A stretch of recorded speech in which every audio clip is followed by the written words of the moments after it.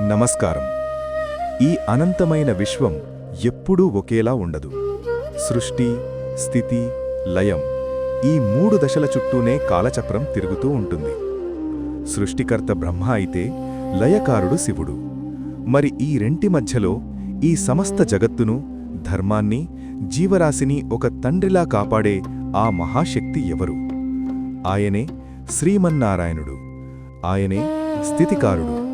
ఆయనే ఆదిమధ్యాంతరహితుడు, శ్రీ మహావిష్ణువు. అసలు విష్ణువు అంటే ఎవరు? ఆయన ఎందుకు అవతారాలెత్తుతాడు? కేవలం రాక్షసులను చంపడానికే ఆయన పుడతాడా? లేక మానవ పరిణామానికి ఆయన దశావతారాలకు ఏదైనా సంబంధం ఉందా? ఈరోజు మన వీడియోలో వైకుంఠవాసుడైన శ్రీహరి గురించి, ఆయన లీలల గురించి పూర్తిగా తెలుసుకుందాం. మొదటగా ఆ స్వామి రూపాన్ని ఒక్కసారి మనసులో దర్శించుకుందాం. ఆయన రూపం కేవలం ఒక దైవ ఆకారం మాత్రమే కాదు, అది అనంతమైన అర్థాలకు ఒక సంకేతం. ఆయన మేఘవర్ణుడు. అనంతమైన ఆకాశానికి, అంతులేని సముద్రానికి రంగు నీలం. విష్ణువు కూడా అనంతమైనవాడు కాబట్టి ఆయన నీలిరంగులో ప్రకాశిస్తూ ఉంటారు. ఆయన చతుర్భుజుడు. 4 చేతులు ధర్మార్థ కామమోక్షాలకు ప్రతీకలు. ఆయన 4 చేతుల్లో ధరించిన ఆయుధాల పరమార్థం ఏమిటంటే, 1 పాంచజన్యం అంటే శంఖం. ఇది సృష్టికి మూలమైన ఓంకారనాదాన్ని వినిపిస్తుంది. అజ్ఞానాన్ని పారద్రోలి జ్ఞానాన్ని మేల్కొల్పే శబ్దమది. 2 సుదర్శన చక్రం. ఇది కాలానికి, ధర్మరక్షణకు ప్రతీక. మన మనసులో ఉండే చెడు ఆలోచనలను ఇది ఖండిస్తుంది. దుష్ట శిక్షణ కోసం ఎప్పుడూ సిద్ధంగా ఉంటుంది. 3 కౌమోదకి అంటే గద. ఇది శారీరక, మానసిక బలానికి సూచిక.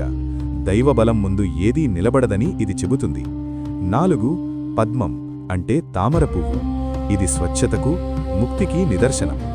బురదలో ఉన్న తామర ఎలా అంటుకోకుండా స్వచ్ఛంగా ఉంటుందో, మనం కూడా సంసారంలో ఉంటూనే నిర్మలంగా ఉండాలని ఇది సూచిస్తుంది.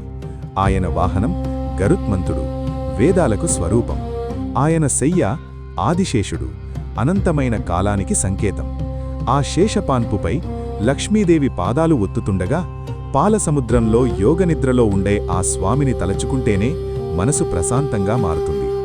విష్ణువు అంటే అంతటా వ్యాపించి ఉన్నవాడు అని అర్థం. భగవద్గీతలో కురుక్షేత్ర సంగ్రామ సమయంలో శ్రీకృష్ణుడు స్వయంగా చెప్పిన మాట మీకు గుర్తుందా? యదా యదా హి ధర్మస్య గ్లానిర్భవతి భారత అభ్యుత్థానమధర్మస్య తదాత్మానం సృజామ్యహం.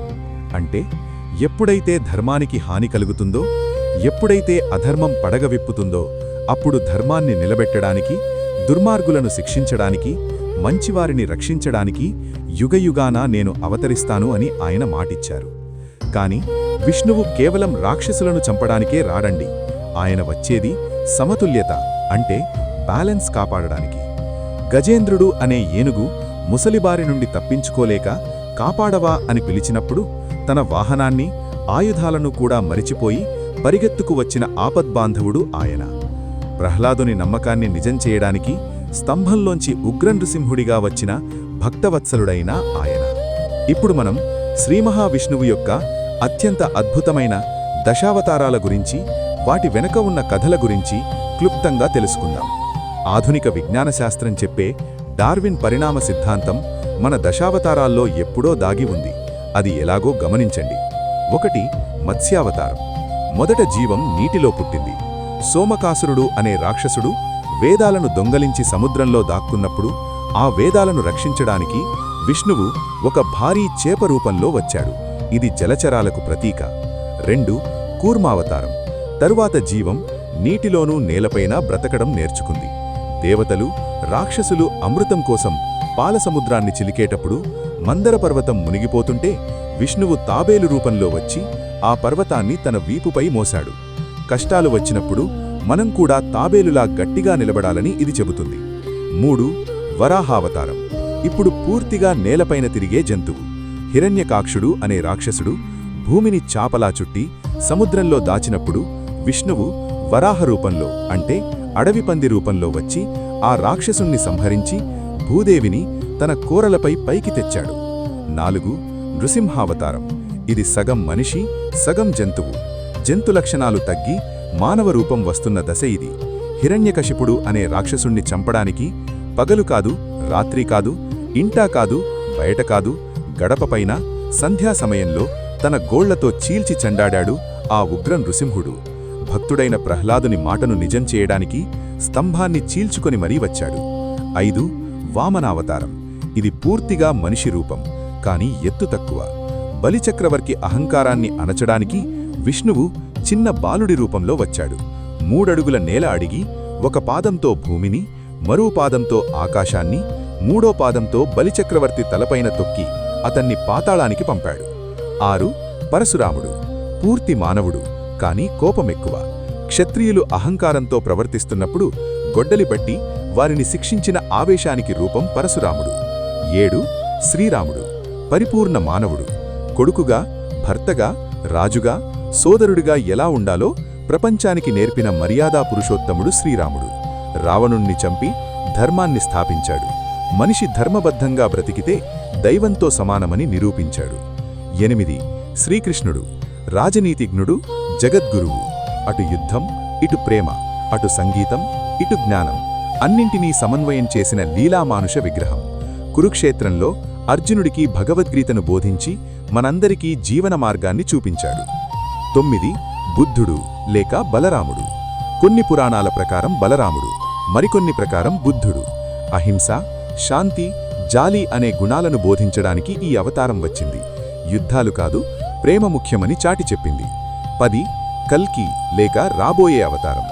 కలియుగాంతంలో అధర్మం తారాస్థాయికి చేరినప్పుడు విష్ణువు దేవదత్తం అనే తెల్లటి గుర్రంపై కత్తి చేతబట్టి దుష్టులను శిక్షించి మళ్లీ సత్యయుగాన్ని స్థాపిస్తాడని పురాణాలు చెబుతున్నాయి.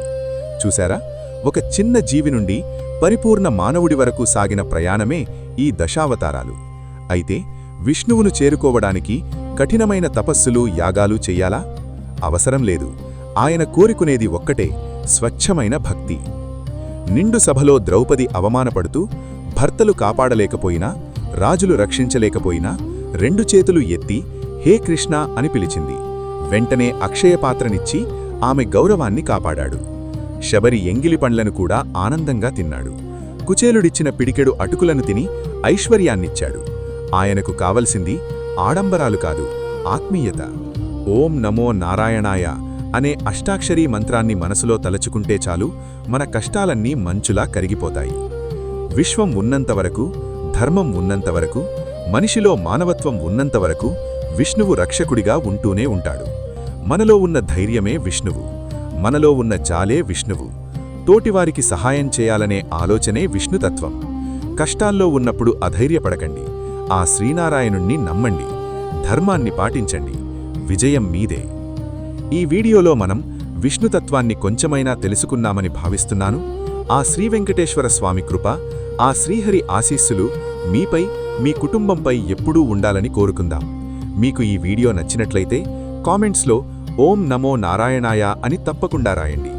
మరిన్ని ఆసక్తికరమైన ఆధ్యాత్మిక వీడియోల కోసం మన ఛానల్ని సబ్స్క్రైబ్ చేసుకోండి.